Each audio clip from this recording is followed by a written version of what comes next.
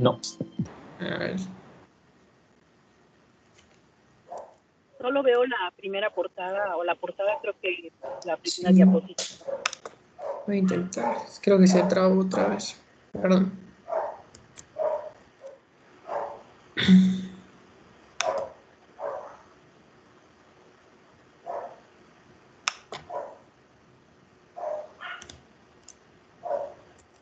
¿Ya les cambió? Estoy en la donde dice definición. No, de hecho no se ve la pantalla, hijo. A ver.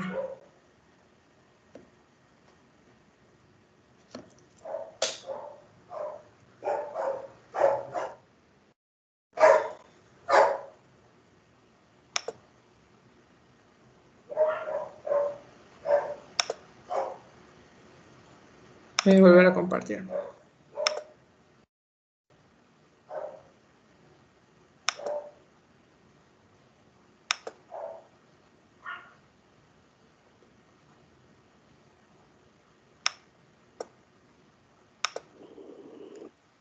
Ya se ve. Ok. Bueno, por lo menos ya veo la pantalla, sí. Ya dice definición, ¿verdad? Sí. Ok, gracias. Bueno, entonces, continuando como tal, pues la definición, ¿no? Es toda alteración de la contractilidad uterina que va a condicionar, pues, esto de, como tal, un parto, pues, un poco complicado, ¿no? Se vuelven las contracciones ineficaces, entonces, pues, esto va a ocurrir o va a desencadenar en que va a haber una progresión del parto, pues, anómala tal vez, o un caso prolongada, ¿no? Es tomar en cuenta que este tipo de definiciones, mencionado igual el libro, que no toda, digamos, alteración en la contractilidad tiene que terminar en una cesárea o es significado de una complicación grave, ¿no? Eh, También igual es importante antes, ¿no? Mencionar como tal las contracciones que ocasionan, ¿no? Son 3 puntos importantes, ¿no? Que su importancia radica en eso. Es la dilatación, la propulsión y la expulsión del producto, ¿no? Son las tres de variantes en donde una contracción pues va a causar mayor, dependen más, ¿no? Y también bueno, aquí están los pequeños ejemplos nomás para que observen, pero esto lo voy a mostrar después en cuanto a las diferencias, los términos, ¿no? Hipotonía, hipertonía, bradidistolia, etcétera. En cuanto a la clasificación, tenemos 4 tipos de lo que viene siendo todo lo que es motor de parto. Tenemos que es una alteración en el tono de base, ya sea que haya una hipotonía o una hipertonía. Puede ser que esté en una alteración en la frecuencia de las contracciones, o una alteración en la intensidad de las contracciones, o una alteración en lo que es la coordinación uterina. Tenemos que una alteración en el tono de base es en cuanto a hipotonía y hipertonía, se refiere a la presión que ejerce, ¿no? A la hora de la contracción del útero. Aquí tenemos hipotonía e hipertonía, según en el González Merlo, y también estaba en el Williams, más o menos cazaban estas cantidades en cuanto a presiones, ¿no? Que menor a 8 milímetros, pues sí, que es considerada hipotonía, y mayor a 12 milímetros es considerada una hipertonía uterina. Hay hipertonía leve, que es entre 3 y 20 milímetros de mercurio, hipertonía moderada, entre 21 y 30 milímetros de mercurio, y una hipertonía grave, ya sería arriba de los 30 milímetros de mercurio.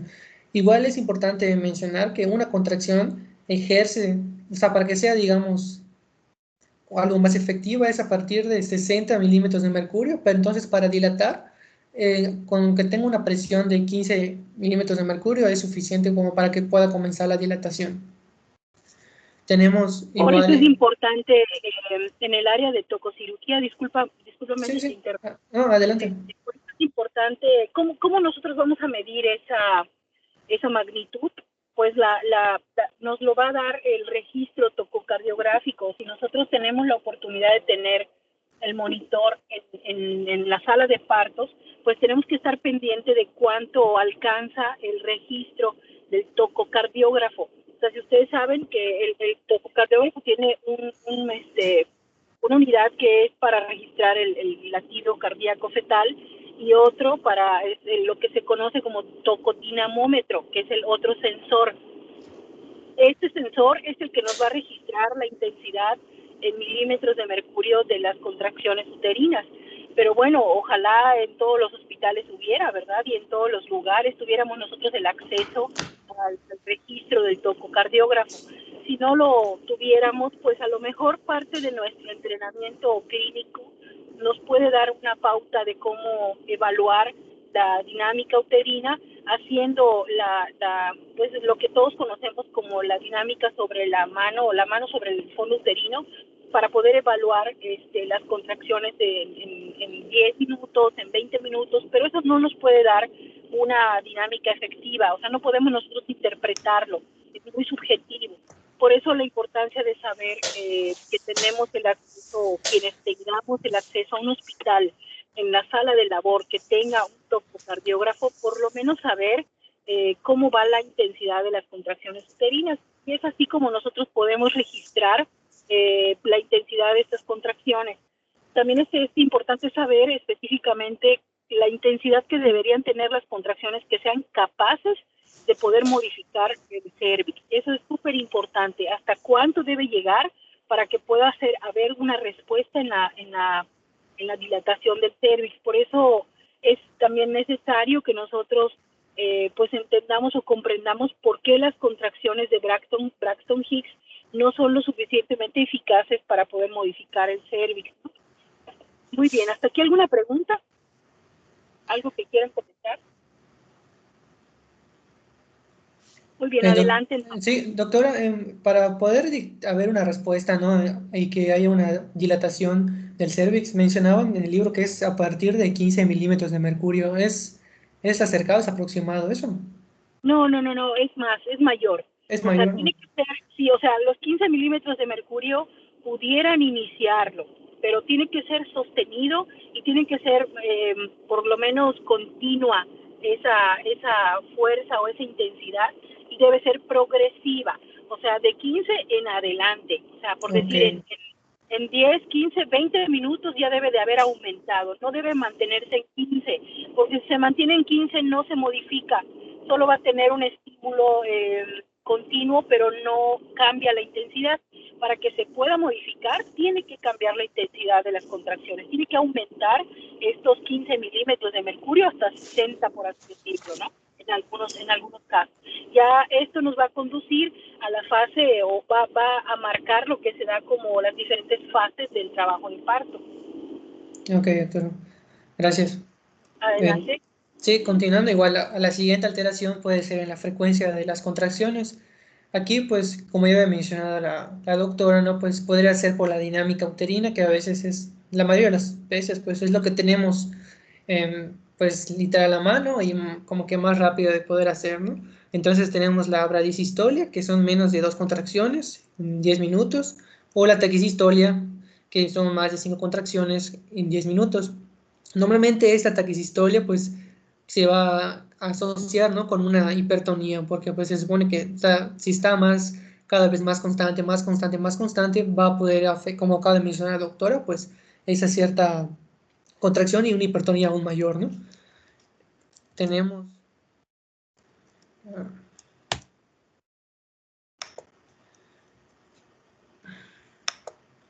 Ahora, una alteración en la intensidad de las contracciones, la cual puede ser una hiposistolia o una hipersistolia. Aquí así es por debajo de lo basal que ya había estado teniendo la paciente, pues va a ser una hiposistolia. Ahora si se eleva por encima de lo que ya tenía, pues va a ser una hipersistolia, hablando de solo intensidades. Ahora, una alteración en la coordinación uterina puede ser como tal una alteración en lo que es incoordinación, o sea, incoordinación uterina, una inversión de gradiente o unos anillos de contracción. La incoordinación uterina hace referencia a que son distintas intensidades que va a tener la contracción en intervalos completamente diferentes. No va a estar asociada ese nivel de contracción con el tiempo. Entonces va a estar todo disparejo y no va a tener esa como captación al mismo tiempo, ¿no? Y por lo mismo, pues puede prolongar o puede ser perjudicial para el trabajo de parto. Y la inversión de gradiente es que normalmente, pues, sabemos, ¿no? Que la contracción inicia en los cuernos uterinos, luego va abarcando el fondo y de ahí desciende al segmento inferior para que una contracción pues pueda abarcar todo y comience de esa manera como que fisiológica de que debe comenzar la contracción, pero en este caso en una inversión en gradiente la contracción se origina en el segmento inferior del útero, entonces ahí dura más y ahí termina y ahí va a terminar y va a ser más intensa. Entonces no estás siendo efectiva, ¿no? O sea, no estás abarcando todo lo que deberías abarcar para poder llegar a ese gradiente y poder de manifestar una dilatación del cervix. Y en los anillos de contracción mencionaba lo que era la distocia cervical activa cuando es en el OSI, o sea, en el orificio cervical interno. Que era, mencionaba doctora, del anillo de plan, era que se formaba, la verdad no, pude ubicarle algunas El imágenes. anillo de Bantle. Ah, exacto. Ajá. ¿Sabes? El anillo Patológico de 100%. Ok, el Bandl es patológico, pero existe la formación de un anillo fisiológico que puede darse, que es transitorio y que no genera ninguna alteración. Cuando ese anillo fisiológico se vuelve patológico, entonces es que empiezan las alteraciones y se puede, de hecho se considera como un anillo patológico. En la gran mayoría de las veces se puede inclusive palpar a través del abdomen, se puede detectar cuando se está presentando el anillo de contracción patológico y se cataloga o más bien se designa como anillo patológico de Bandl. Este anillo, doctor, es lo que causa pues es el principal causante de lo que son las prolongaciones en el trabajo de parto y que Sí, tenga que terminar en una cesárea, ¿no? sí, porque no hay continuidad en la transmisión de la fuerza, de la Ok. dirección de la fuerza de la contractilidad uterina. Se queda estacionada ahí y entonces se forma el anillo de retracción o contracción y impide que descienda el producto porque ya no hay, pues como que lo esté reteniendo, ¿no? O sea, Sí. funciona como literal, como una banda, no puede pasar el producto. Entonces, esto puede deteriorar la perfusión sanguínea tanto del útero hacia el feto a través de la placenta o a través del cordón, que también puede haber compresión del cordón. Entonces, puede deteriorar la frecuencia cardíaca fetal del producto, empieza a tener hipoxia y esto puede generar que inclusive se muera o se rompa el útero, que también como hay alteración en las vías de la fuerza, de la contractilidad, pues puede formarse en ese mismo momento se puede generar una ruptura. Se rompe el útero y entonces se complica todo más todavía. Sí, ok, doctor. Creo que en el Gracias. libro de Williams hay una imagen en los primeros Sí, capítulos donde habla de- de la fisiología, ¿no? Del trabajo de sí, parto. ahí aparecía. Pero ajá, solo como que pues, se ve, pero pues ajá, yo pues nunca he visto, la verdad, uno. Nunca te ha tocado No, ver. no me ha Bueno, tocado. a lo mejor si en un futuro ustedes o alguno de ustedes hace gineco, lo más seguro es que sí les toque, lo más seguro es que puedan ver uno, ¿no? Okay. Sí, básicamente se dice entonces como que atrapa la contracción y no puede evitar que prolongue y se vaya corriendo todo el sentido de la contracción normal, ¿no? Y pues se atrapa como que el producto. Por eso la Okay. importancia de que repasen un poquito cómo es que se da la contractilidad uterina, ubicar o identificar los marcapasos, que eso es importante también, hacia dónde se dirige la fuerza de la contractilidad, o sea, cómo se transmite las vías de contracción del útero, y saber también, porque no sé si ustedes sepan que en qué semanas de gestación ya hay receptores a la oxitocina en la musculatura uterina.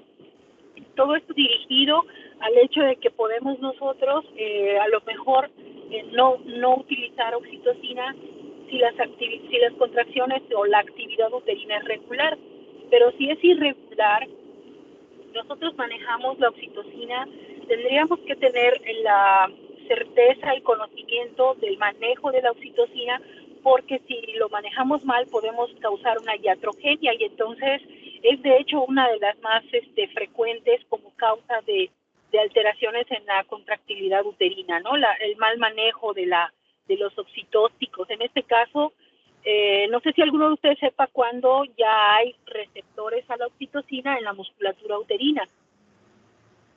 ¿Alguien de ustedes sabe?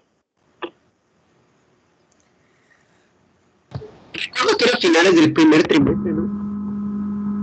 El primer trimestre, o sea, estamos hablando de Unas 13 semanas, ¿no? No. ¿Alguien sabe o alguien lo ha revisado, o lo ha visto, o lo ha leído, o lo ha escuchado? Bueno, hace un módulo a sus compañeros les pedí una especie de revisión. No es un ensayo como tal, pero sí es una revisión sobre la oxitocina y sobre el misoprostol. Para mí es importante que ustedes sepan, sobre todo porque, aunque no es que esté proscrito utilizar oxitocina, ojo, no está indicado el empleo de la oxitocina si la actividad uterina es regular. A partir de la semana 18, 16, en algunos autores dicen 16, 18 semanas, ya hay receptores a la oxitocina en la musculatura uterina. Por eso la importancia de saberlo, porque, por ejemplo, si tenemos pacientes con un embarazo de 12 semanas, no la vamos a inducir cuando se tenga que inducir por cuestiones particulares, el aborto. No podemos manejar la oxitocina porque le tendríamos que poner cantidades industriales de oxitocina para que medio pueda responder, y justifica el hecho de que no hay receptores a la oxitocina. Entonces, por eso se manejan con misoprostol, porque tiene otra vía de acción para que la musculatura pueda responder. Y ustedes saben o cuál es el mecanismo de acción del misoprostol.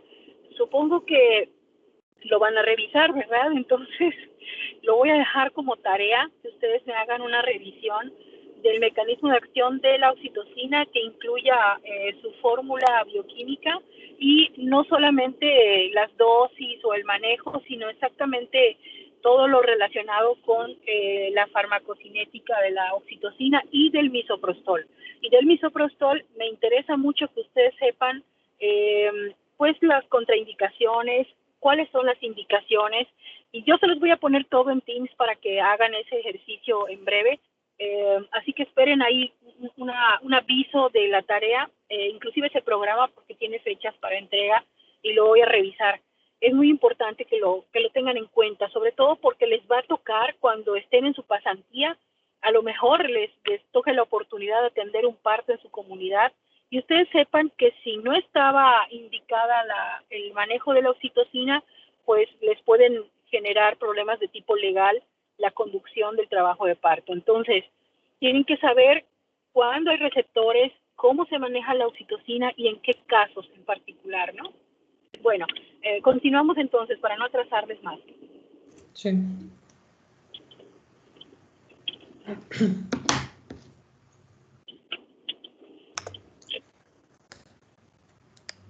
Ahora también tenemos como tal dos tipos fisiológicos de disfunciones uterinas. Está la disfunción uterina hipotónica, que es la más común. Son contracciones que van a tener un patrón de gradiente normal, pero la presión durante una contracción es insuficiente para pues, poder dilatar el cuello uterino. Ahora, la otra es una disfunción hipertónica, una disfunción incoordinada, ¿no? Se eleva apreciablemente el tono basal o se llega a distorsionar ese gradiente de la presión.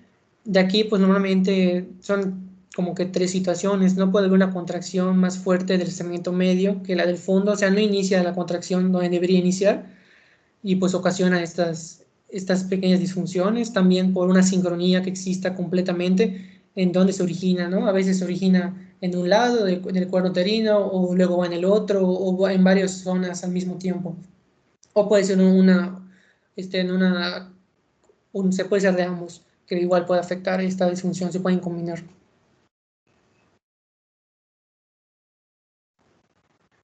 Aquí les traigo estos trazos que acá menciono que es una hipertonía producida por una policistolia. Y aquí observamos como tal la policistolia y luego veamos cómo está la hipertonía y está al mismo tiempo. Vean cuánta cantidad, ¿no? Pues de las contracciones y las elevaciones se ven en este pequeño trazo de aquí.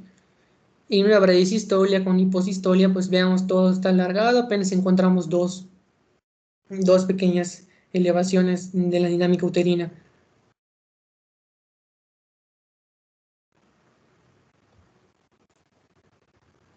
Aquí está una taquicistolia con una hipertonía. Vemos aquí las ondas, aquí están todas como tal picudas y rápidas. Aquí tenemos una incoordinación porque observan cómo se eleva, luego como que desciende, luego se vuelve a elevar y así está. No hay literal una confluencia, una coordinación en la contracción, con el tiempo, con la intensidad de vida.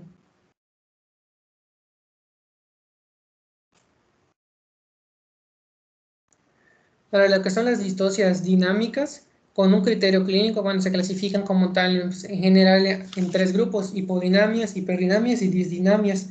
Tenemos que las hipodinamias son con bradisistolias, con las hiposistolias.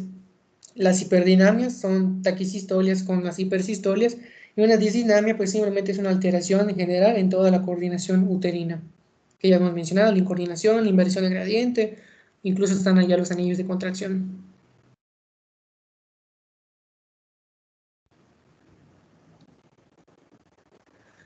Solo para mencionar de manera general, ¿no? En etiología de las hipodinamias, en general primarias o secundarias, que sean primíparas, gestantes de edad avanzada, personas que estén con obesidad, alguna malformación uterina. Incluso está mencionado obviamente embarazos múltiples, macrosomías fetales. También en cuanto a ansiedad, mencionaba igual factores, ¿no? De ansiedad, miedo a los gestantes, etcétera. Una sedación excesiva incluso podría afectar. Incluso pues menciona las secundarias, pues dice por agotamiento, por estar con un periodo muy intenso, una hiperdinamia, y pues claro, luego eso ocasiona desproporciones, ¿no? En cefalopélvicas, o ese mismo agotamiento ya para la siguiente contracción ya no va a ser igual de eficaz. Aquí en hiperdinamias primarias y secundarias es igual desproporciones pélvico-cefálicas. Por lo mismo puede haber un periodo muy grande de una hiperdinamia o una taquisistolia, y luego decae ya para la siguiente, tal vez ya no tengas la misma eficacia. Menciona también administración excesiva de lo que son oxitocina, prostaglandinas. Tenemos que pues, para hipertonías está la policistolia, también podría estar ahí todo lo que es la taquisistolia, incoordinación en contracciones, ya he mencionado las inversiones de gradientes, lo que son los propios anillos de contracción, las desproporciones cefalopélvicas, ansiedad, el miedo en la gestante, que si es primípara, que ya tenga un embarazo prolongado, etc. Y en la incoordinación, pues tienen una distinta, intensidad, una distinta duración, el espacio entre ellas no es equivalente conforme va pasando el tiempo, y esto puede ocasionar ya sea hipertonías que existan de manera transitoria o incluso una hipotonía, un desgaste en el trabajo uterino.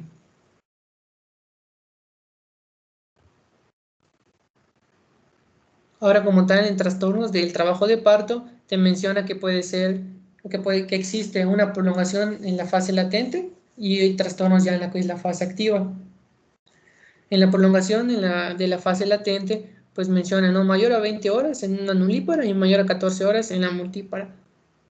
Si se cesan las contracciones como tal, en esta fase latente se podría sugerir un trabajo de parto falso, pero no podríamos decirlo a ciencia cierta, tendríamos que estar evaluando continuamente a la paciente.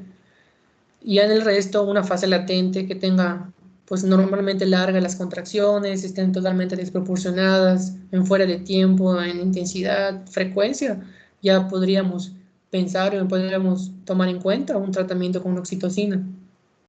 Ahora, en trastornos de la fase activa, puede existir un trastorno de prolongación o un trastorno de detención. Uno es pues más lento de lo normal y como tal, y el otro cesa completamente.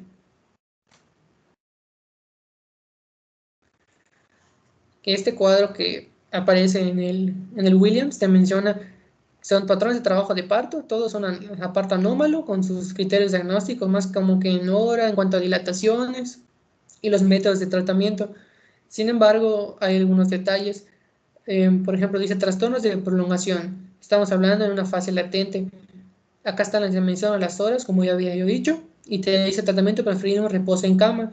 Y a pesar de que te digan, ¿no?, que en primera línea mencionaban como oxitocina o un cesárea de manera urgente, no, en una fase latente no es un criterio, ¿no? que esté prolongado, porque todavía está en esta fase, no es necesariamente, se tiene que ir con una oxitocina de primera mano.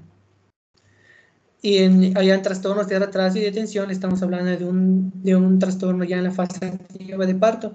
En un trastorno de retraso es que dilate menos de 1 centímetro durante mínimo 4 horas. Y una tensión ya en el trabajo de parto en la fase activa es que no haya una dilatación durante un tiempo mayor o igual a 2 horas, que se quede estancada esa dilatación y no progrese y no progrese. Y esto puede ser causado, pues ya hemos explicado, ¿no? Por toda la hipertonía o que a veces, como menciona la doctora, no llega esa presión suficiente o no va subiendo esa presión que ejerce la contracción y pues todo se va a terminar deteniendo. Aquí también mencionaban unas recomendaciones para el trabajo de parto en en la primera etapa. Te mencionaba que en una fase latente prolongada, pues no va a ser sinónimo, ¿no? De una distocia como tal, ni una cesárea. Y que sí es progresivo, pero lento, pero sí está avanzando. Podríamos estar evaluando al paciente y tomar el tiempo para ver en qué podría progresar, porque no quiere decir que por esto tengamos que mandarle a una cesárea o darle oxítonicos de golpe, ¿no? También mencionaba que un trabajo activo de parto pues es considerado, aquí bueno, según en el libro, pues que de mayor o igual a 6 centímetros de dilatación.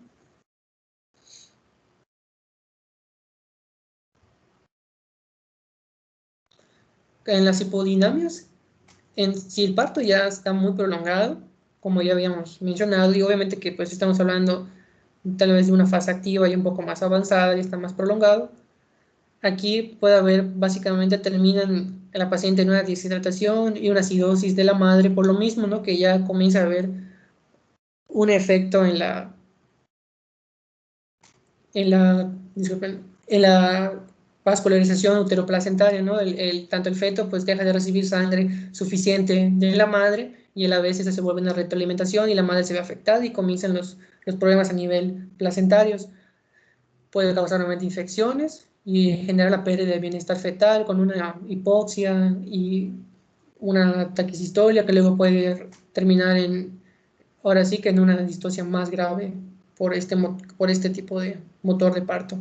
Tenemos las hipodinamias primitivas, son las primarias y las secundarias. En ambos casos, siempre, o sea, puede estar provocada por un obstáculo a la progresión del feto en el canal de parto. Entonces siempre va a ser necesario pues, descartar una presencia de algún obstáculo en el canal genital, en el canal genital óseo o blando, ¿no? No podemos, a menos que ya tengamos vista la clínica bien y ya tengamos bien evaluado al paciente que tiene algún trastorno en el motor de parto, en las contracciones uterinas.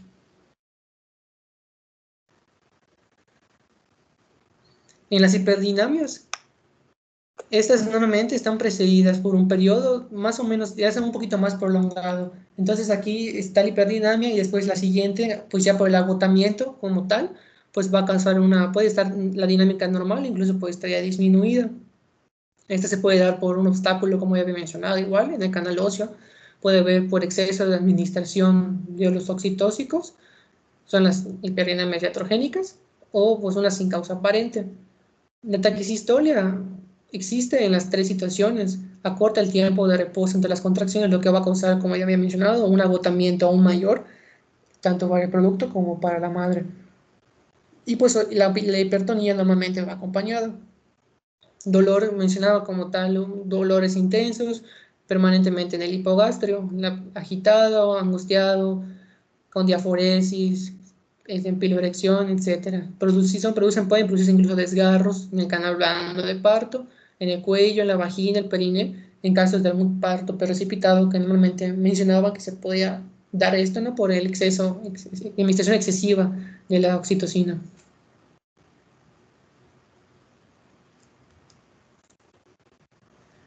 Ahora vienen las alteraciones de la coordinación uterina como tal.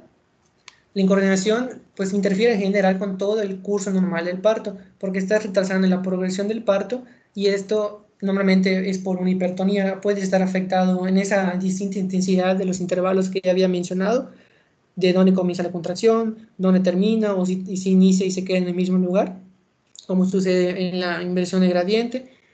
Entonces el parto pues se puede quedar prolongado, puede ser que no progrese, incluso se puede detener. Y lo mismo va a causar, ¿no? Una acidosis, hipoxia para el bebé, la vascularización uteroplacentaria se va a ver disminuida, puede haber un tipo de rotura uterina, la acidosis, sufrimiento fetal, etc.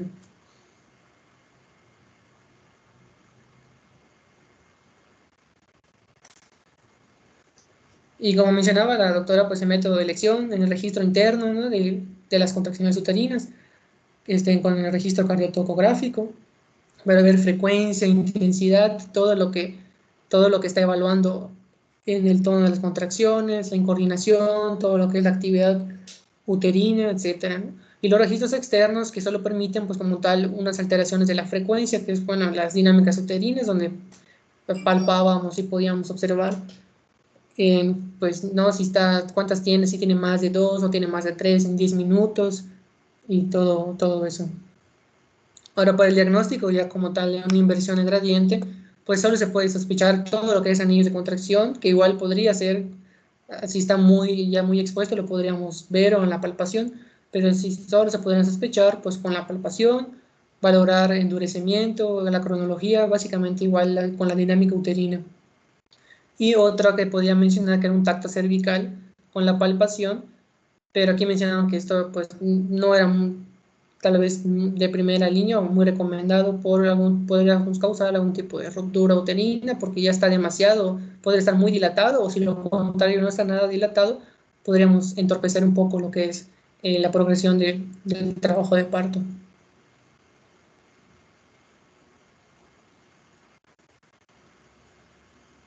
Como tal, existen medidas generales para poder manejar este tipo de trastornos en el manejo, ¿no? De todo lo que es las contracciones. Primero, pues comprobar situación, presentación fetal, podríamos utilizar tal vez en las maniobras de Leopold, observar descartar existencias de desproporción cefalopélvica, también ver cómo ha estado su medicación del paciente, si está tomando algún otro tipo de medicamento, si es hipertensa, si es diabética, etcétera, para poder adecuar dosis y no cometer ahí o anexar algún fármaco pues, de manera incorrecta. Es importante la hidratación, el aporte pues, de sustancias energéticas para mantener a la paciente lo más estable posible. Mencionaba igual en el libro que en decúbito lateral se evita lo que es la compresión de la vena cava y pues podría mejorar a cierto punto la contractilidad uterina, aumentando ya la intensidad y lo que son la coordinación de las mismas, podría incluso mejorar un poco la coordinación uterina y evitar tal vez la formación de algún anillo de contracción patológico.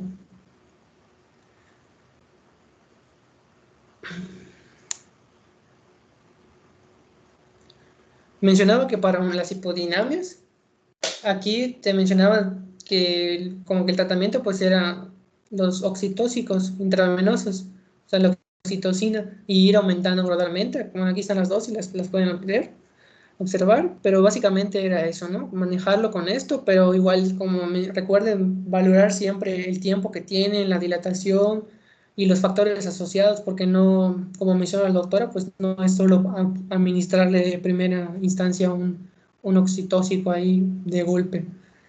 También tenemos que claramente descartar alguna existencia de desproporciones cefalopélvicas. Ya si existiera esa, bueno, pues ahí ya se tendría que terminar el parto con una cesárea. Si no hay nada de una desproporción y estás simplemente con el problema del motor de parto, pues y se hidrata a la paciente. Y entonces la oxitocina, pues bueno, lo que tiene demostrado que pues, disminuye incidencia de cesáreas, disminuye la duración total del parto, incrementa la frecuencia de las hiperestimulaciones en las contracciones uterinas igual.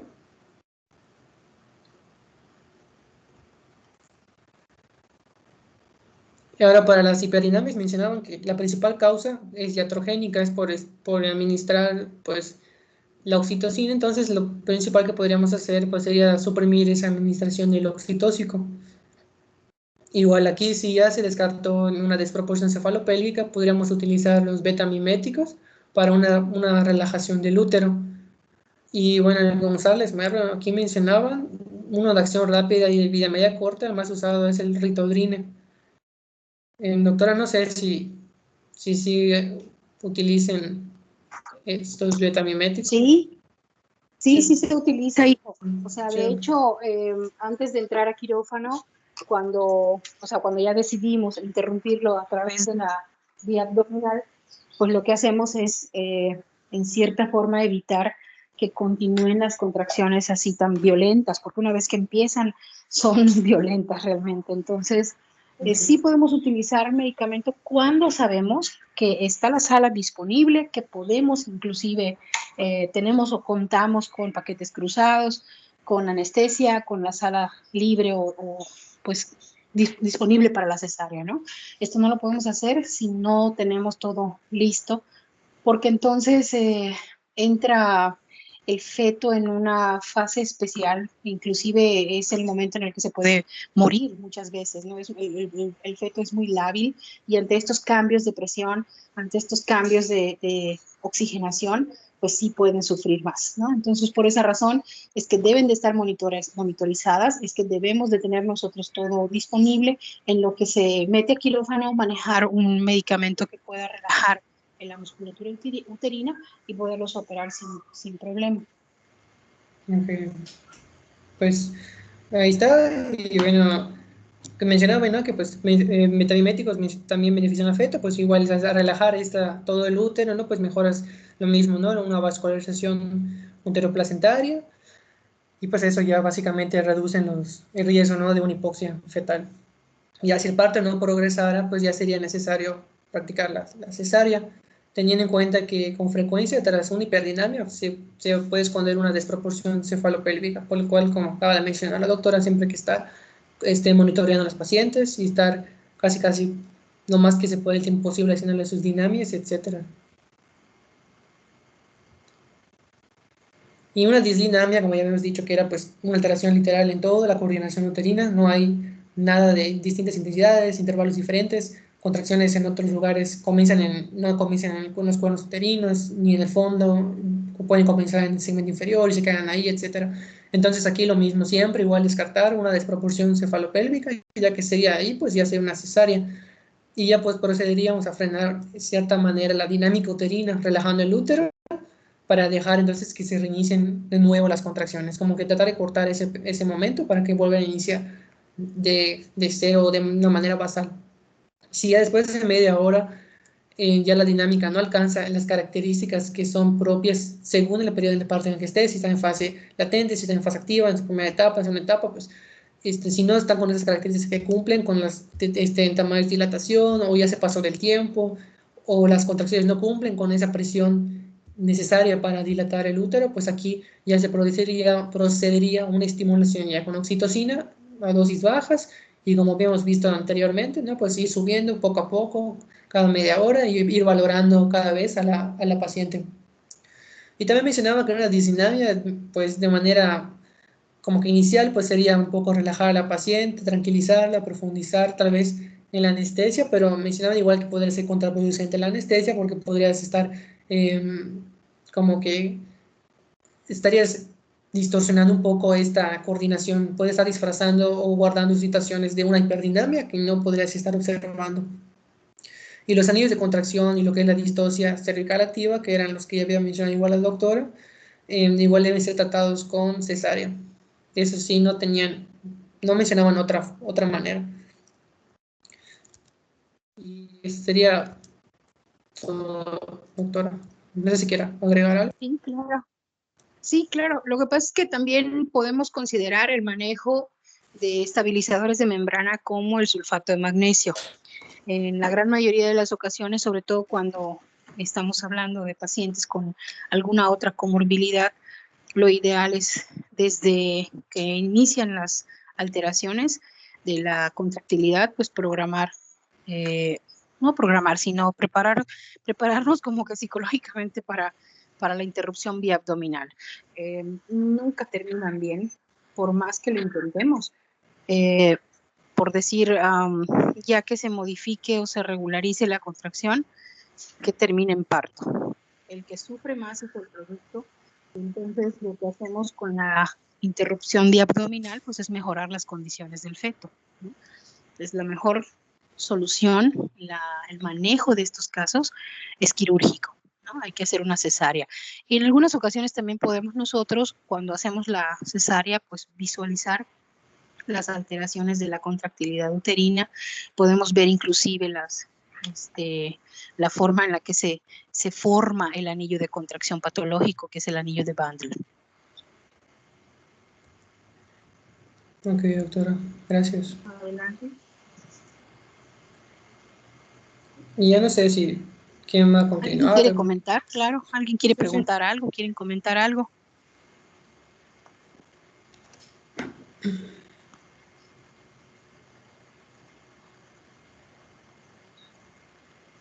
Muy bien, ¿alguien que sigue en la presentación después de ver estas alteraciones? La mejor forma de saber que también se comprendió es haciendo ejercicios a través de la realización de casos clínicos y haciendo algunas preguntas y algunas dinámicas para poder identificar. Estos son conceptos que hay que aprenderse, los tenemos que saber y tener bien claros. Por eso es tan complicada la conducción del trabajo de parto. Realmente con la práctica, con hacer diaria la dinámica uterina y hacer diario el manejo de estos casos, de repente pues todo se integra y es hasta cierto punto no fácil, sino podemos nosotros identificar el problema y podemos nosotros crear esa habilidad para diagnosticar, para resolver. O sea, el hecho de pensar que tenemos una paciente en trabajo de parto que está comportándose con alguna de estas disdinamias, con alguno de estos problemas en la dinámica de la contractilidad uterina, tenemos que estar preparados para todo porque se puede romper el útero, puede que a lo mejor no progrese la dilatación y terminemos interrumpiendo a la paciente. Tenemos que tener todos los conceptos en ese momento presentes para poder tomar una decisión. Inclusive durante las cesáreas tenemos nosotros que tener el conocimiento de la anatomía porque no nada más es abrir y sacar al bebé. En algunas ocasiones el útero ya no recupera, se fatiga la musculatura uterina, sobre todo si es una paciente que pues no llevó un buen control prenatal, que no tiene bien sus niveles de hemoglobina, o sea que es una paciente anémica. Fíjense ustedes cómo se altera la dinámica de la musculatura uterina, o sea, necesita tener bien sus niveles de glucosa el músculo para tener una contractilidad efectiva.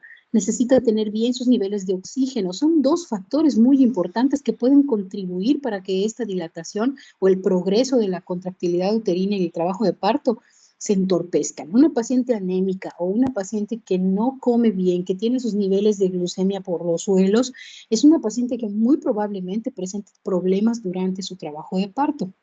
Y obviamente, aunque hagamos cesárea, este útero nunca se recupera. Es un útero flácido, es un útero que la musculatura uterina está fatigada y obviamente se requiere, pues a lo mejor del empleo de ciertos medicamentos para recuperar esa contractilidad uterina, porque después de que nosotros hacemos todo para que se relaje, difícilmente vuelva a tener su tono normal. Entonces, son muchos factores lo que nosotros tenemos que considerar, son muchos los factores que tenemos que considerar porque este tipo de casos se pueden complicar de tal forma que inclusive se puede morir la paciente. ¿Por qué? Porque puede terminar en histerectomía, porque puede terminar en un sangrado con una coagulación intravascular diseminada y créanme que es causa de muerte materna. Entonces, por eso es tan complicado y tan complejo todo el manejo de la contractilidad uterina. Muy bien, si no tiene ninguna pregunta, iniciamos entonces con el siguiente tema que es placenta previa. Adelante. ¿Me escuchan bien? ¿Sí se escucha? Sí, te escuchamos, María José, adelante.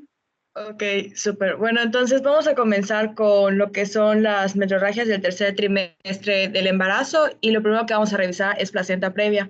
Entonces, que cambie, que me deje cambiar, no, ok, manual, perfecto.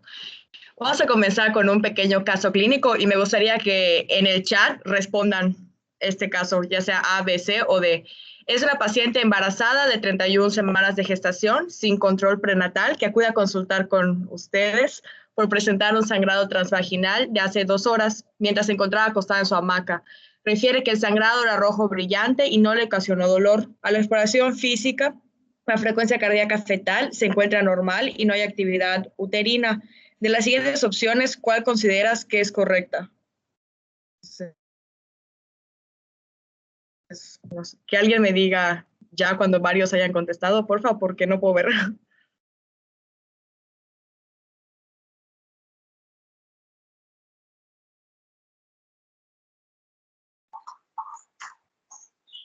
No los escucho, así como Bob Esponja.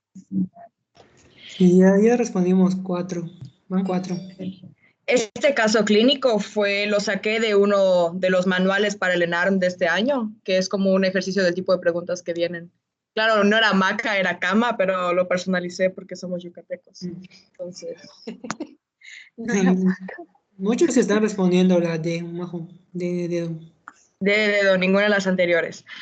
Ok, bueno, voy a continuar porque queda poco. Y subrayé en negritas los datos que consideré más importante o espero hayan considerado importantes con lo que es la fisiopatología, los factores de riesgo de la placenta previa. Entonces lo voy a leer rápido para que pues, el tema sea más conciso. Las semanas de gestación que tiene nuestra paciente, el hecho de que no tenga control prenatal nos habla de que nunca se le ha hecho un ultrasonido, no sabemos cómo está ese producto. Tiene sangrado transvaginal, hace 2 horas ya no está activo, estaba acostada, no estaba realizando ningún tipo de actividad extenuante. El sangrado era rojo brillante, nos habla de que era un sangrado activo y fue indoloro. No hubo afección física en el feto y tampoco hubo actividad uterina. Entonces, más adelante veremos cuál era la respuesta correcta. Y bueno, hablando de lo que es la placenta previa es descrita como la inserción total o parcial de la placenta en el segmento inferior del útero. Esto ya sea ocluyendo o no el orificio cervical interno. A partir de esto, la placenta previa se puede clasificar de 2 formas, oclusiva o no oclusiva. Cuando la placenta previa es oclusiva, se llamará marginal, cuando el borde de la placenta esté en el borde del orificio cervical interno, pero sin sobrepasarlo. Así como llega, pero no lo pasa, ahí llega, nada más. Lateral o de inserción baja, la literatura en algunos lados la define como el borde a menos de 2 centímetros o entre 10 y 20 milímetros. Entonces, en las imágenes podemos ver cómo la marginal es la A y se puede ver que está, no, error, me equivoqué aquí. La marginal es la B. Entonces, se puede ver que rosa, donde inicia el orificio cervical interno, pero no lo ocluye ni parcial ni totalmente. En cambio, en la lateral, que es la A, hay una distancia considerable entre el orificio cervical interno y la inserción de la placenta. En cambio, cuando tenemos la placenta previa oclusiva, esta puede ser total, que no tiene mucha ciencia, quiere decir que ocluye por completo el orificio cervical interno, o parcial, si lo ocluye, pues parcialmente, como podemos ver en la figura C y D, donde la D es completa y la D es parcial. Y algo que me gustó mucho de estas imágenes es que igual nos habla de algo que veremos más adelante, que es la presentación. Entonces, si se fijan, no todos los productos, los bebés, las bebés, están en una presentación cefálica, ¿no? Y esto nos va a hablar más adelante de cómo la inserción placentaria, pues igual afecta cómo pues, el feto se va acomodando. Bueno, hablando un poco de lo que es la epidemiología de la placenta previa y su etiología, pues primero que nada es la primera causa de hemorragia del tercer trimestre. Ya veremos más adelante el desprendimiento prematuro de placenta normoincentra y la basa previa. ¿Perdón? Inserta. Inserta, sí, normoinserta, perdón. Y es la tercera causa de transfusión sanguínea en el embarazo, parto y puerperio. Los factores de riesgo para que esta se dé son el embarazo múltiple, por ejemplo, gemelar, por el aumento de volumen del tamaño de la placenta. Esto favorece que, pues, al ser más grande, pues, pueda ocupar más espacio. La presencia de una cicatriz uterina anterior, que es considerado el factor de riesgo más importante, ya sea por cesáreas previas, por legrados u otras intervenciones, la multipariedad, la edad mayor a 35 años y el tabaquismo, que pues está relacionado mayormente por hipoxia. Entonces la placenta por hipoxia en compensación, pues igual crece más. Y bueno, no lo puse abajo porque no me daban las referencias, los puse al final, pero todo esto es del Merlo, del Williams y del CTO. El manual CTO tiene esta frase en rojo que dice: sangrado activo en el tercer trimestre es placenta previa hasta no demostrar lo contrario. Entonces lo puse por ahí. Y acerca de la etiología. ¿Sí? María José, perdón, yo les sugiero cuando tengan ustedes una presentación que tenga varios autores o que ustedes utilicen varias referencias bibliográficas, al final de su presentación en una diapositiva pueden poner referencias, ¿no? Y a lo mejor lo ideal sería que ustedes se vayan acostumbrando a que cada diapositiva, si ustedes tienen pues un injerto de uno que otro autor además del básico, lo pongan en chiquitito en la parte de abajo, que sería válido. ¿Por qué? Porque muchas veces, por ejemplo, no sé, un ejemplo, ¿no? Yo por ejemplo, veo tu diapositiva y digo, ¿de dónde habrá tomado esta frase, ¿no? Donde dice sangrado activo en el tercer trimestre es placenta previa hasta no demostrar lo contrario, porque pues no lo leí en el Williams, no lo leí en el, no sé, en el Aweda Web. Entonces puedes tú ir señalizando o poner en la diapositiva de dónde tomaste esa información para que los que están de oyentes puedan a lo mejor hacer más investigaciones o leer esa referencia que tú estás dando. Está bien, es correcto que lo menciones, o sea, no cambia tu calificación, a eso me refiero, pero es una sugerencia para que en las siguientes presentaciones ustedes puedan a lo mejor acostumbrarse, porque cuando presenten su examen de grado, ahí sí tienen que poner en cada diapositiva la referencia bibliográfica, hasta por una imagen. Entonces, ustedes tienen que acostumbrarse y yo creo que lo prudente sería hacerlo cada vez más formal. Es correcto lo que estás mencionando. Realmente, inclusive, la finalidad de que ustedes hagan estos pequeños casos clínicos como introducción al tema no es necesariamente llegar al diagnóstico. La finalidad del caso clínico es poder hablar del tema. Por ejemplo, tú pones tu caso clínico y tu pregunta puede ser dirigida por decir, Jorge, a ver, Jorge, háblame, ¿cuáles son los factores de riesgo de placenta previa? Y me puedes señalar cuál es el más frecuente, ¿no? O a lo mejor, si te quieres poner más difícil, puedes poner, bueno, ¿en qué porcentaje el embarazo múltiple es un factor de riesgo para placenta previa?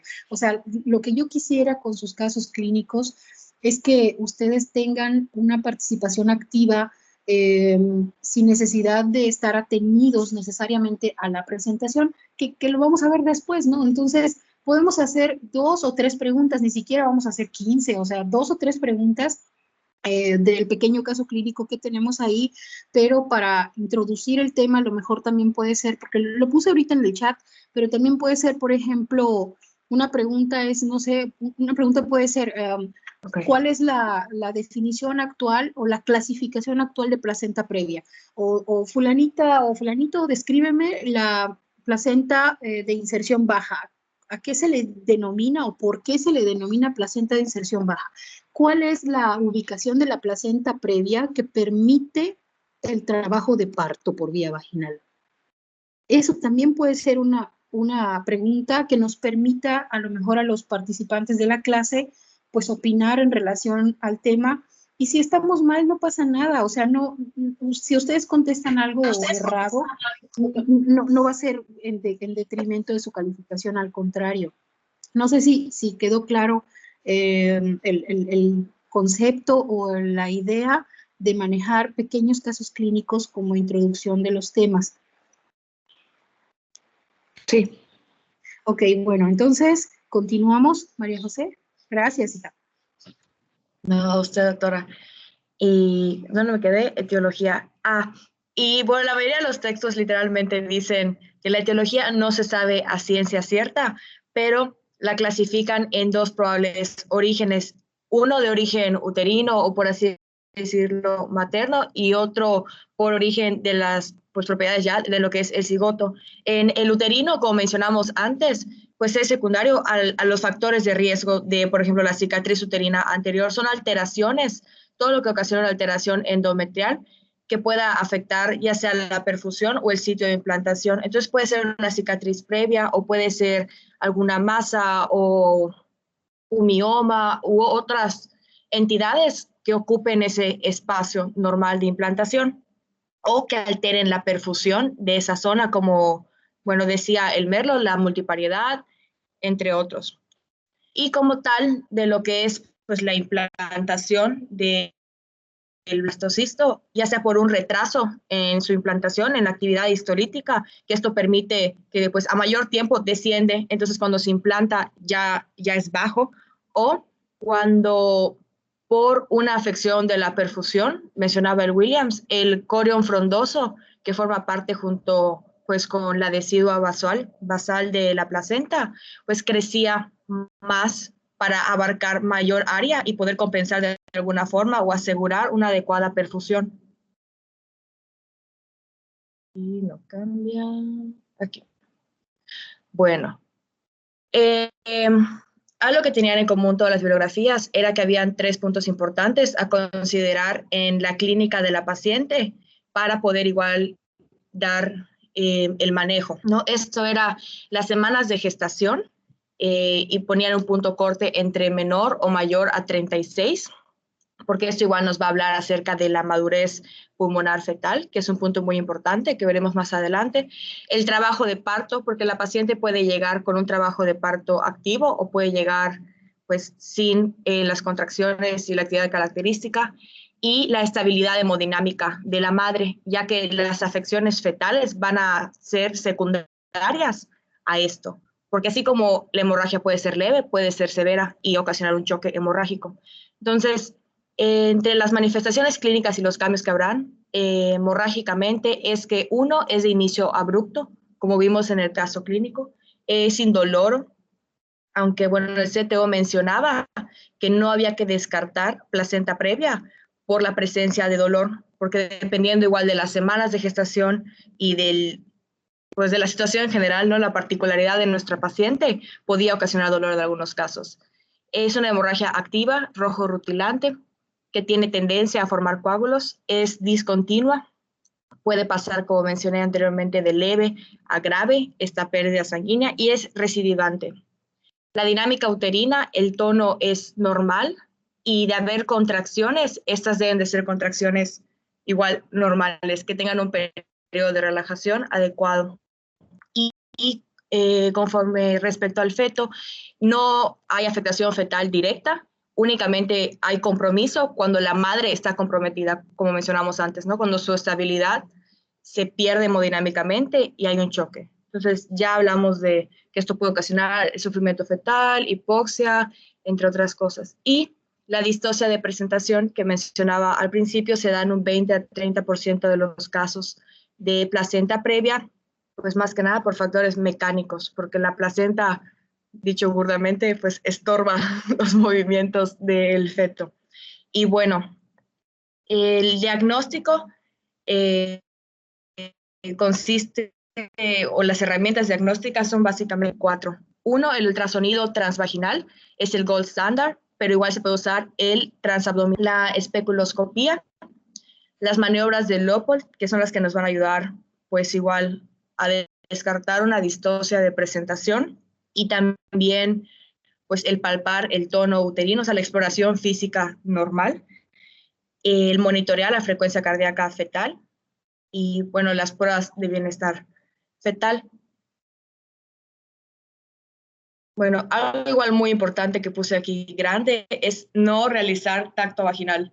Y eso está en todos lados grande y lo repiten mucho. Y yo recuerdo que hasta en tercero lo llegamos a ver, porque el tacto vaginal puede ser contraproducente si nosotros no sabemos dónde está insertada la placenta y llega a ser pues una placenta que ocluye completamente o incluso parcialmente. El tacto vaginal puede inducir la hemorragia, porque la hemorragia se da cuando pues, la placenta se desprende. Y bueno, eso. Y la imagen de la izquierda es una imagen de el Williams acerca del examen con espéculo, donde la placenta se puede ver cómo sobresale por el orificio cervical. Y mencionaba igual que la especuloscopía es importante porque ayuda a descartar que el sangrado sea de origen como tal cervical y no se trate, ¿no?, de una placenta previa. Y a la derecha, la imagen es un ultrasonido transvaginal en el que podemos ver, bueno, arriba, ahí vemos la indicación de que es transvaginal, por igual el tipo de, guay, se me fue la palabra, pero, ay, ¿cómo se me fue? Bueno, se me fue el nombre, pero la maquinita, el tipo de, bueno, no importa. Entonces, con A y P podemos ver los labios anteriores y posterior del cérvix, el orificio interno, y podemos ver la placenta previa. Entonces, no sé, ahí lo dice, pero es una placenta previa completa. Podemos ver literalmente cómo ocluye, pues, completamente el orificio. Y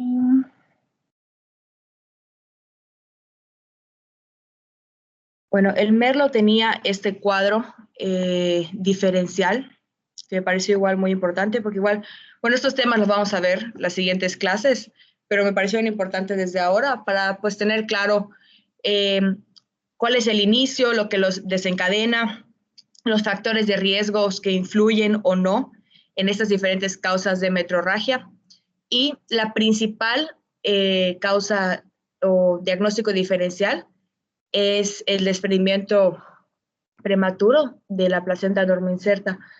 Entonces vemos que el inicio aquí es abrupto, no tiene que tener ningún desencadenante, la paciente puede estar en reposo, la cesárea previa frecuentemente es un factor presente, es un factor de riesgo, la clínica suele ser indolora, la metrorragia es activa, rojo rutilante, el estado general suele ser bueno, a menos de que la metrorragia se prolongue y afecte la volemia. La exploración física, el tono uterino, como mencionamos, normal, abdomen indoloro. Los hallazgos ecográficos son imprescindibles. El bienestar fetal, mencionamos anteriormente, es variable y va a depender directamente de la cantidad o el estado hemodinámico de la madre, y la evolución es recidivante. Entonces, ¿por qué estaba contraindicado además el tacto vaginal? Pues bueno, la pregunta del caso clínico, haciendo una breve pausa, daba esas opciones. Nos presentaban una paciente con placenta previa, aparentemente. Entonces, ¿cuál era el manejo inicial? La respuesta A era realizar tacto vaginal para diagnóstico diferencial o confirmar el diagnóstico. Esa era una respuesta errónea, ¿no?, como ya vimos ahora. La segunda respuesta hablaba de realizar un ultrasonido transvaginal. La tercera hablaba de cesárea de emergencia y la cuarta era ninguna de las anteriores. Entonces, alguien que haya contestado ninguna de las anteriores, ¿quiere decir por qué ninguna sería? Así rápidamente. ¿O por qué la respuesta que pusieron consideraron que era correcta? ¿Alguien? Creo que nadie. Majo, ¿me escuchas? Sí, sí. Yo puse ninguna de las anteriores, no sé si es correcta, pero no sé si leí en algún lado que primero hagas un ultrasonido transabdominal y luego el vaginal, pero no recuerdo si lo inventé o si lo leí de verdad. No, sí lo leíste, sí lo leíste. No, pero sí, está bien. Eso igual iba a mencionar. Sí, Majo, primero se debe hacer el abdominal, ¿no? Para evitar esto de contacto con todo el canal cervical.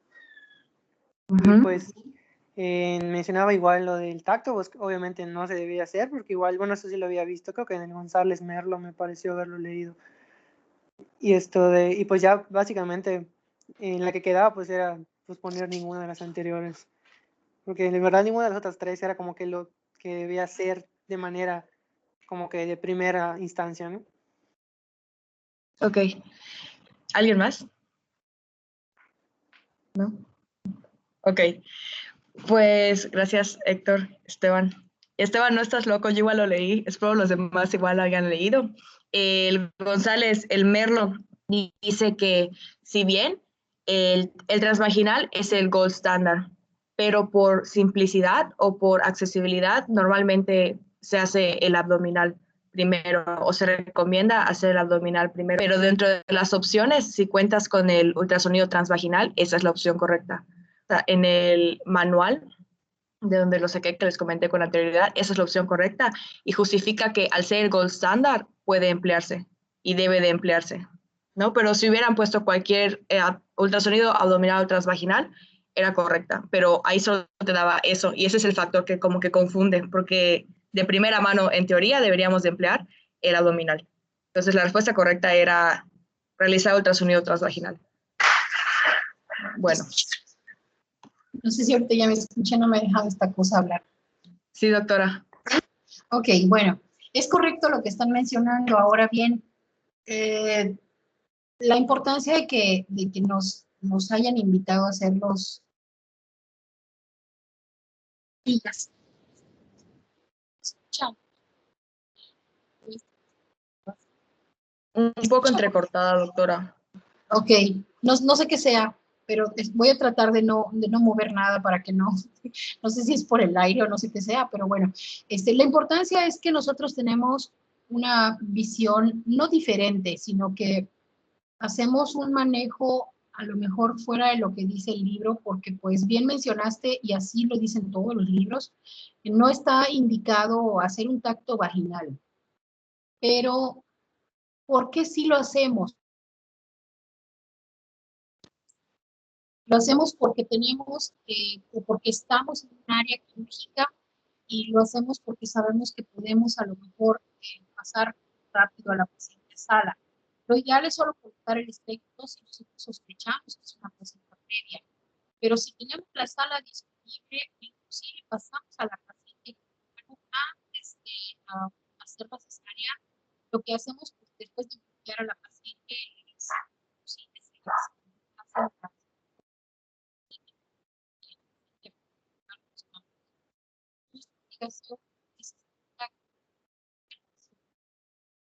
muchas veces. Doctora, no le escucho bien. No No la sé si a los escucho, demás doctora. ya le pasa. Bueno, Ya la no escucho. sé si me escuchan ahora.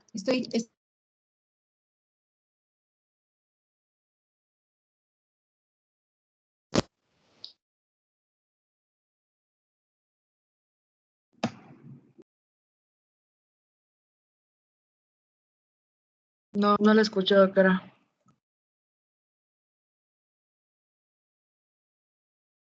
¿Me escuchan? Ahora sí me escuchan. Creo que está fallando el... ¿Me escuchan bien? No, doctora, no se escucha. Se escucha muy entrecortado, muy. ¿Ahora me escuchan? Ya. Bueno, lo que yo les quiero decir es que a veces sí hacemos el tacto vaginal, pero lo hacemos porque muchas veces no podemos nosotros identificar bien la dilatación cuando ponemos el espéculo, o si están íntegras las bolsas, o si hay alguna otra situación más como tumores en la vagina o algo. Entonces, a veces hacemos la exploración al tacto, con el tacto vaginal, y pues sí es necesario muchas veces tener en consideración que lo ideal es tener un ultrasonido endovaginal, pero con el mismo transductor que es el que se usa para el ultrasonido abdominal, podemos hacer un ultrasonido, bueno, así se le denomina porque no utilizamos el endovaginal, pero sí lo utilizamos el mismo transductor abdominal, lo podemos utilizar en el periné y entonces lo llamamos ultrasonido transperineal.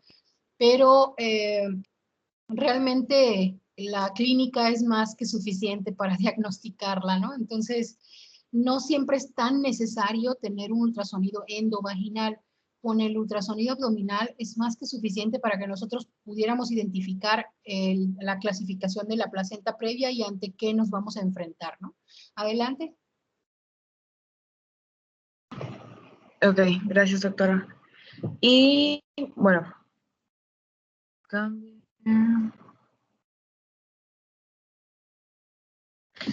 Manejo y tratamiento. Bueno, a la derecha literal puse lo que está en la guía de práctica clínica acerca del abordaje o tratamiento de una placenta previa, que nos habla, bueno, no lo voy a leer todo, comienza en el punto donde ya tienes una imagen ultrasonográfica, entonces tú ya puedes saber la distancia que hay entre su inserción y el orificio cervical interno. Y bueno, a la izquierda yo puse lo que tenían en común las 3 bibliografías que yo revisé. Lo primero era que si la paciente tiene hemorragia, es necesario hospitalizarla y valorar pues el estado en el que se encuentra, sobre todo porque puede reincidir. Si la paciente es asintomática, por ejemplo, que se le haga un ultrasonido de control y se vea la placenta previa, pero no ha tenido sangrado, se debe valorar la posibilidad de un manejo en casa, informando los riesgos, ciertas restricciones en actividad, entre otras cosas, y que coincide con el algoritmo de la GPC, programar una cesárea electiva, de preferencia no antes de la semana 38, o sea, permitir en la medida de lo posible la evolución del embarazo, pues sin que ya afecte la estabilidad de ambos. Si la placenta previa es no oclusiva y no tiene sangrado, aplica lo mismo, permitir la evolución y valorar.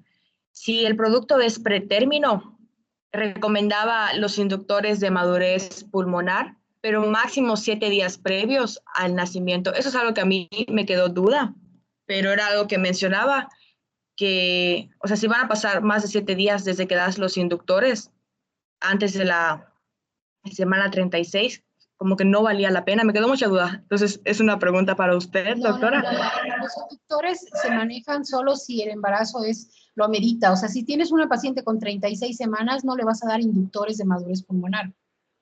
Claro. Okay. O sea, si tienes un embarazo de 33 semanas, ¿puedes manejar los inductores? Sí.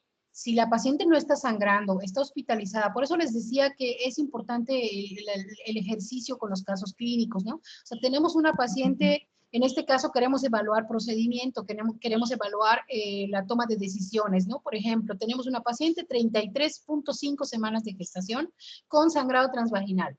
La acostamos, la revisamos y en el momento en el que la estamos explorando ya no está sangrando, o sea, tuvo un episodio de sangrado en su casa y ya no está sangrando. La ingresamos, le ponemos su catéter, hay que asegurar una vía permeable siempre. Oxígeno cerca, sí, ok, oxígeno, va. Lo que tenemos que hacer es evitar que siga, ¿por qué razón sangra? ¿Por qué sangra la placenta previa? Después de todo esto que ya vimos, ¿por qué sangra la placenta previa? ¿Qué es lo que sucede? ¿Qué cambio se da en la configuración del cuerpo uterino que permite el sangrado en las placentas previas? Bueno, que conforme pasan las semanas y se empieza a elongar el útero, se empieza, pues se despega la placenta, por así decirlo, y bueno, ocasiona el sangrado. Sí y no. Okay. Si decimos elongar, ¿qué parte del útero es la que a lo mejor representa más riesgo si se elonga? El segmento uterino. ¿No? Y esto no pasa a las 20 semanas, no pasa a las 25 semanas. ¿En qué semanas de gestación se empieza a formar el segmento uterino? ¿Por qué la placenta previa entonces tiene que diagnosticarse después de las 20 semanas? ¿Por qué no se diagnostica o por qué no podemos hablar de placenta previa antes de las 20 semanas? Y si ya estamos sobre las 20 semanas de gestación, entonces, ¿qué es lo que condiciona que la placenta sangre? ¿Por qué no sangra a las 22? ¿No? O sea, esto es importante porque significa entonces que lo que está pasando es que se forma el segmento uterino. Entonces tendríamos que saber nosotros cuándo se forma ese segmento uterino. A las 28, 30 semanas de gestación es que se empieza a formar. Por esa razón, los pacientes puede ser que presenten un episodio de sangrado a las 30 semanas o un episodio, a lo mejor un segundo episodio a las 32 semanas de gestación o a las 33 semanas de gestación. O sea, esto es porque esa región del cuerpo uterino, que es el segmento uterino, empieza a modificarse. Entonces, por eso es, bueno, sangró, no lo sé, a las 33 semanas, pero eso no quiere decir que ya tengamos que interrumpirla. Si hace reposo la paciente, pues lo más seguro es que deje de sangrar. Si no hay ningún otro factor que lo condicione, la paciente puede dejar de sangrar. Entonces, ¿qué es lo que tenemos que hacer? Adelantarnos. ¿Y cómo nos vamos a adelantar? Pues bueno, si vuelve a sangrar y tenemos que operarla, porque después de 2 o 3 episodios de sangrado ya tendríamos que interrumpirlo, ¿no? Entonces tenemos que sacar en las mejores condiciones a ese producto. Entonces vamos a iniciar inductores de madurez pulmonar. Realmente no se refiere al máximo 7 días previos al nacimiento, pero no se está refiriendo al término de la gestación. Se está refiriendo a lo que tú estás decidiendo hacer con ese embarazo. O sea, si yo tengo una paciente con 33 semanas que tiene ya un tercer episodio de sangrado y considero que ya la debo operar, pues primero, antes de operarla, tengo que garantizar que ese producto tenga bien sus niveles de factor surfactante y pueda entonces responder una vez que salga del útero, ¿no? Entonces le damos su dosis de inductores de madurez y tenemos a fuerza que esperar las 48 a 72 horas del periodo de latencia. De nada me va a servir ponerle, no sé, betametasona hoy, mañana y cubrir el esquema y al día siguiente operarla. No, tengo que esperar el periodo de latencia. Por eso habla de esos 7 días previos al nacimiento. Si yo ya decidí interrumpirla, tengo esos 7 días de margen para poder sacar al producto en las mejores condiciones. Yo creo que a eso se refiere cuando habla de un producto que no está a término. Si tenemos, muy diferente sería la conducta en una paciente que tiene 36 semanas, como mencionaste.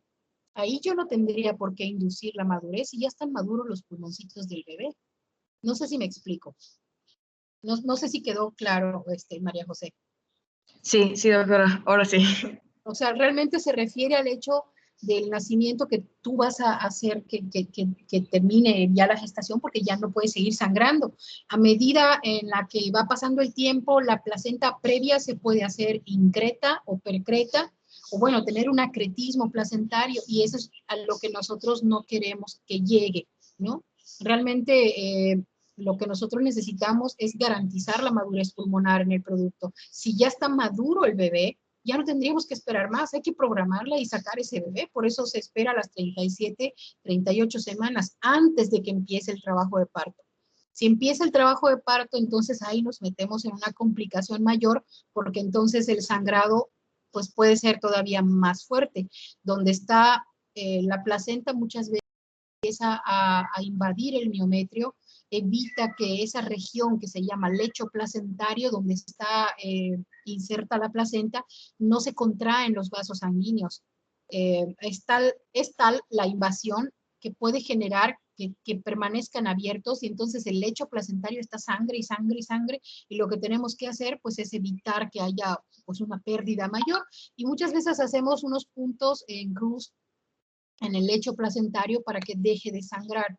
Inclusive podemos hacer una compresión por lo menos 1 minuto ahí apretando y presionando para que deje de sangrar, y si así no se resuelve, pues entonces tenemos que recurrir a medidas mayores, ¿no? Y obviamente pues vamos a hablar, nos vamos a meter en otro tema más complicado que es la técnica quirúrgica para poder resolver este tipo de casos. Entonces por eso la importancia de identificar las semanas de gestación. Esto es importante porque si lo que necesitamos es que aguante esa paciente, a veces es necesario manejarla con un estabilizador de membrana, con un medicamento que pueda evitar que las contracciones se den. Entonces podemos manejar a nuestra paciente con sulfato de magnesio.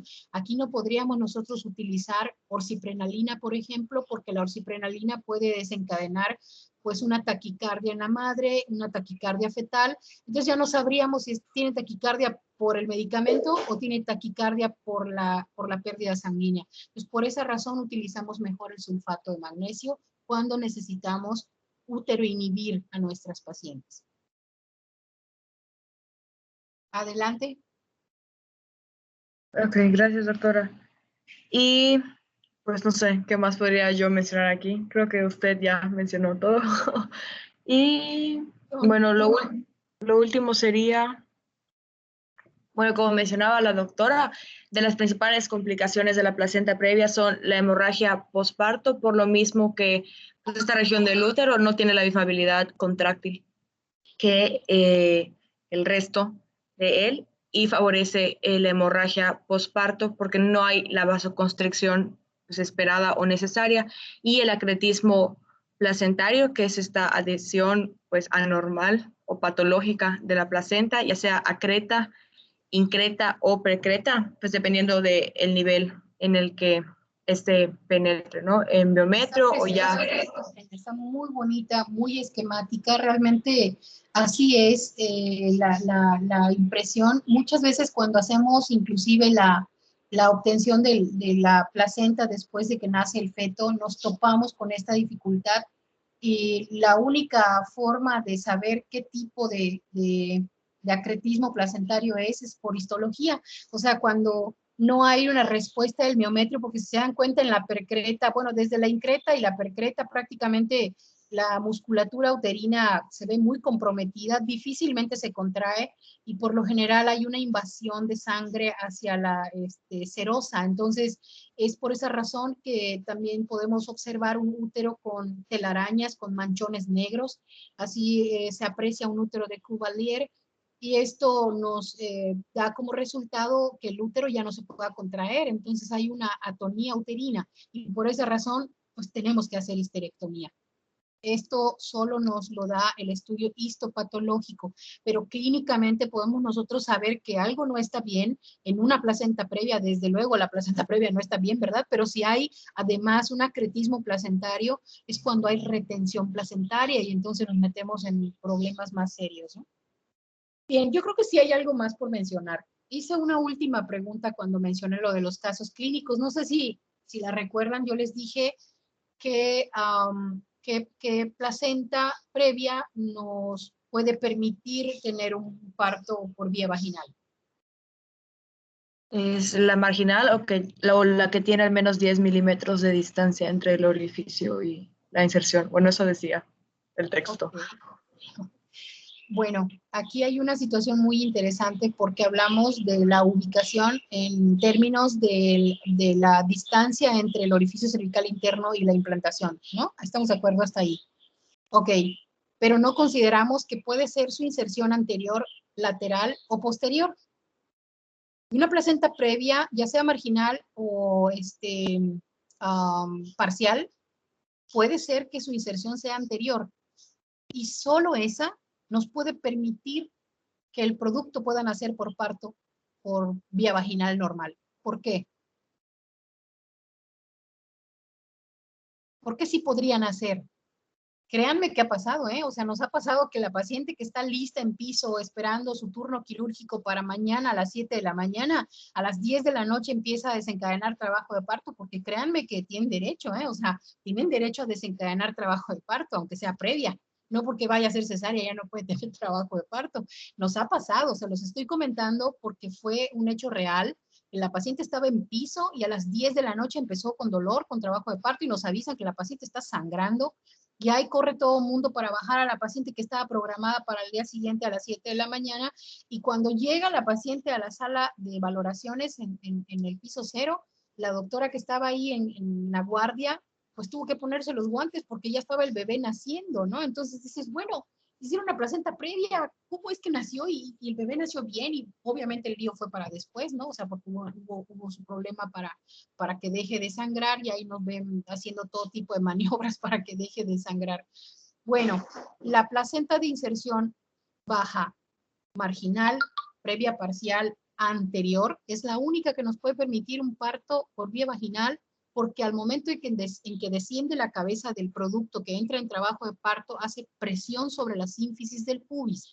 Entonces, la cabeza aprieta la placenta contra la sínfisis del pubis y obviamente eso hace que deje de sangrar y permite el resto del trabajo del parto y los movimientos cardinales del feto. Eso no significa que si yo tengo el diagnóstico de placenta previa marginal anterior, la voy a conducir, ¿no? Total, no va a sangrar y pueden hacer por parto. No, todas se operan, pero es nada más para que ustedes sepan que muchas veces puede estar escrito en un libro, pero también las cuestiones que se presentan en la vida diaria no son tan así. Entonces, sí puede pasar que haya un parto por vía vaginal si tenemos una placenta previa, pero solo si es anterior.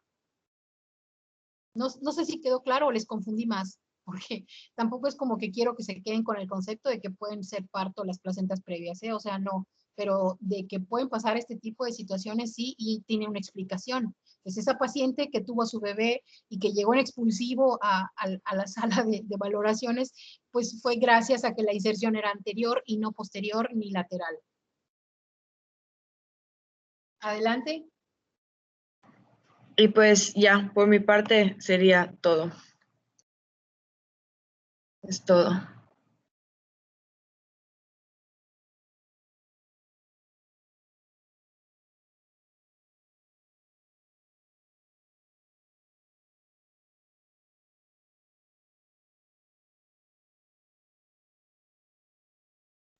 Continúa, doctora.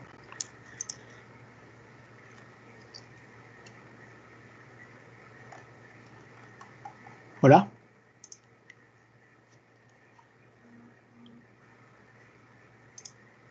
Ok, Luis Fernando, ¿sigues? Sí, es disponible presenta norma incerta. Jóvenes, me encantaría poder continuar, pero tengo clase con los chicos de primer año. No sé si pudiéramos dejar para mañana la clase de desprendimiento de placenta norma inserta.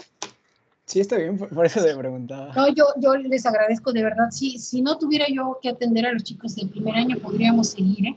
De hecho, mañana podemos continuar con la siguiente presentación, pero pues yo creo que ya les voy a tener que abandonar para ir a la siguiente clase. De todos modos, les voy a pedir un favor, Luis Fernando, para la clase de mañana de desprendimiento. No sé si buscaste los grados de desprendimiento. Sí, del 0 al 3. Ajá. La clasificación de par Ajá. de Page, si no me Ándale, equivoco. esa es la de Page, sí. Bueno, entonces ya no tengo que agregar nada. Yo creo que va a estar muy completa la clase de mañana. Bueno, pues les agradezco su paciencia. Muchas gracias por estar presentes. Les voy a poner en un ratito que yo termine la clase con los chicos de primer año, lo de la revisión de oxitocina y misoprostol. Y nos vemos entonces mañana a las 2:30 de la tarde. ¿Vale? Sí, doctora, gracias. Buen día. No, al contrario. Hasta luego, Igualmente, cuídense mucho. Gracias, José Antonio. Gracias, Jessica, Nubia. Gracias, Estoy doctora. viendo aquí. Paola, muchas gracias por estar. Pedro, Sofi, Ruth. Gracias, doctora. Fernando también por acá. Gracias, Muchas doctora. gracias, jóvenes. Nos vemos Gracias, entonces doctora. mañana. Horario, cuídense mucho. Ay, ay, ay.